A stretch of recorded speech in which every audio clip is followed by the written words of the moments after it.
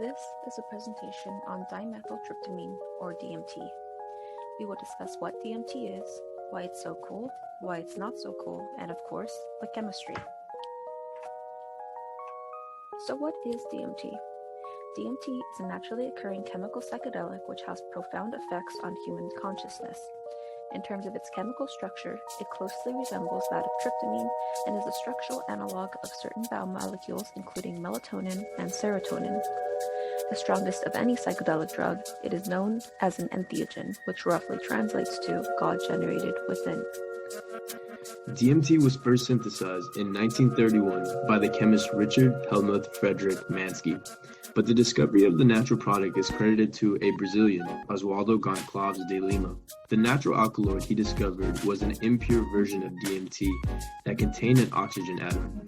He then provided American chemists with the plant he found the DMT in, Mimosa tenuiflora, and they were able to identify dimethyltryptamine from the plant material.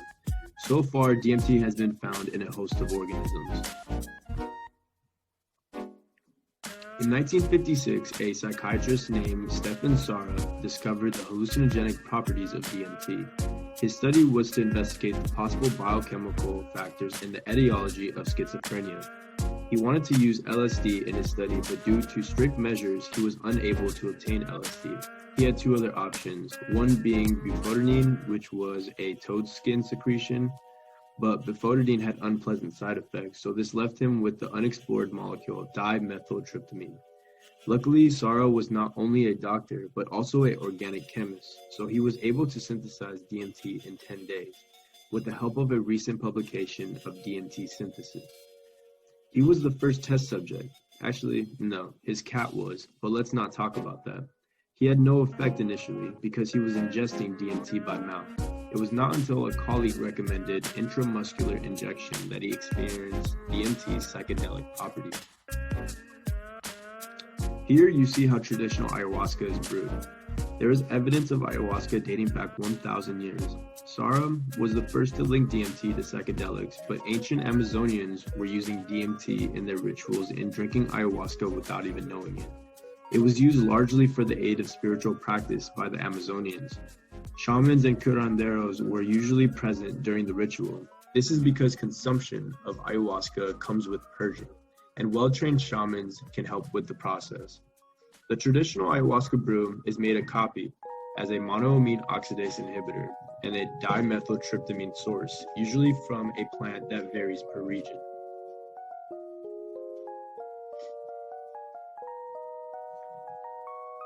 Let us go over how some of the plants synthesize DMT. In this diagram, we can see that L-tryptophan amino acid is the parent molecule. The parent molecule is alpha decarboxylated by aromatic amino acid decarboxylase, AADC, to form tryptamine. Tryptamine is then methylated twice at the alpha amine to form dimethyltryptamine. There are two pathways to get rid of DMT in your body. The first pathway is minor because both byproducts are mostly in an inactive form. This is the pathway you see on your left. DMT is dimethylated by the enzyme P450 in the liver to form monomethyltryptamine, MMT, followed by another demethylation to form tryptamine. This pathway doesn't lead to excretion of DMT, it just leads to the inactivation of the molecule. The other pathway involves the enzyme monoamine oxidase, MAO, and it can metabolize DMT, MMT, and tryptophan into the indole acetic acid, IAA, very rapidly. IAA has no biological role in humans, but the carboxylic acid that it produces enables the molecule to be excreted. So, the only way to have a biological effect would be to bypass these two systems by taking a significant amount of DMT, which I don't suggest. Also, inhalation or injection of DMT or using monoamine oxidase inhibitor to slow the metabolism to IAA will produce biological effects. The mechanism of action of most hallucinogens are not well understood, but DMT acts on a variety of serotonin receptors. The effects of taking DMT with monoamine oxidase inhibitors include time dilation, visual, auditory, and tactile hallucinations. Also, many report seeing hyperbolic geometry and being able to communicate with other intelligent life forms. There is evidence of its use in South America since pre-Columbian times. In the 16th century, Christian missionaries from Spain and Portugal who first encountered the indigenous peoples using the drug thought they were possessed by devils. Starting in the 1930s, DMT first began being synthesized in the lab by a British chemist. As previously mentioned, its hallucinogenic properties weren't discovered until 20 years later. By the 1960s, DMT had gained popularity as a recreational hallucinogen in the U.S. In March of 1968, the U.S. Bureau of Drug Abuse Control noticed that DMT was available on the streets as both a powder and impregnated on marijuana and tea. It was designated a Schedule I controlled substance because it was found to have no accepted medical use and it had a high potential for abuse. So why is DMT so interesting? It is the only psychedelic known to occur naturally in the human body. In 1972, DMT was discovered in human brain tissue by the Nobel laureate Julius Axelrod of the National Institutes of Health. This led to the idea that DMT may play a role in psychosis. For approximately 20 years, research was halted due to the controversy surrounding the psychedelic compound. In 1990, Rick Strassman, a psychiatrist at the University of New Mexico, had obtained the federal permission to test DMT on healthy volunteers. And from 1990 to 1995, Strassman supervised over 400 patients, many of which reported a dissolved blissfully into light and sensing a presence of a powerful godlike being. However, not all subjects reported this bliss. Now, let's take a look at the physiological effects of DMT. Aside from the overwhelming similarity to tryptamine, the structure of DMT is also similar to sumatriptan, which is an anti-migraine drug which acts as an agonist at most serotonin receptors in the brain. Due to the structural similarity between these two molecules, DMT's affinity towards serotonin receptors is really high.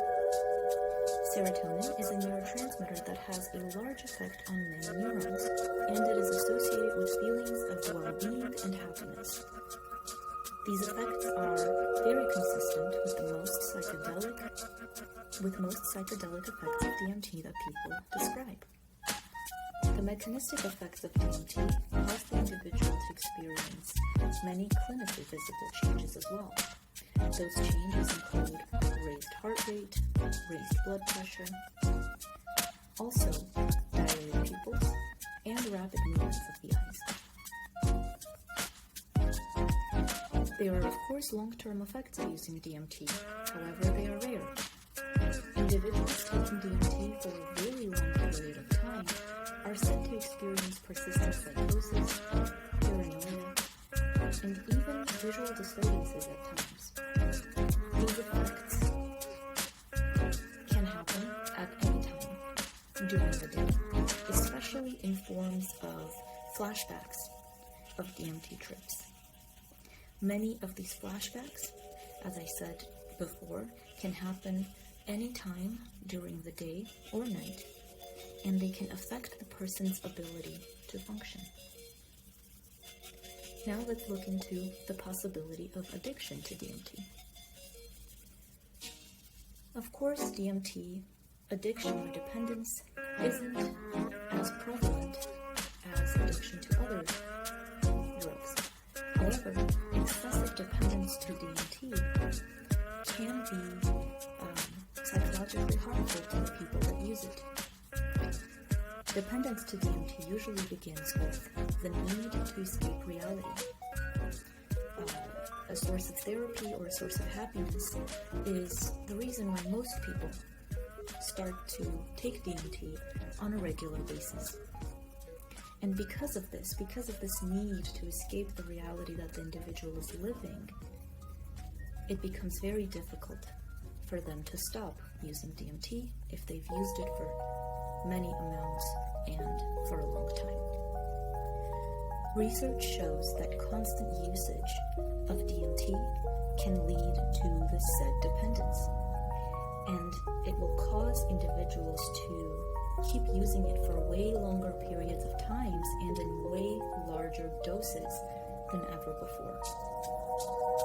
However, just as recovery from any drug is possible, recovery from DMT is also possible. However, the withdrawal from DMT can be psychologically difficult.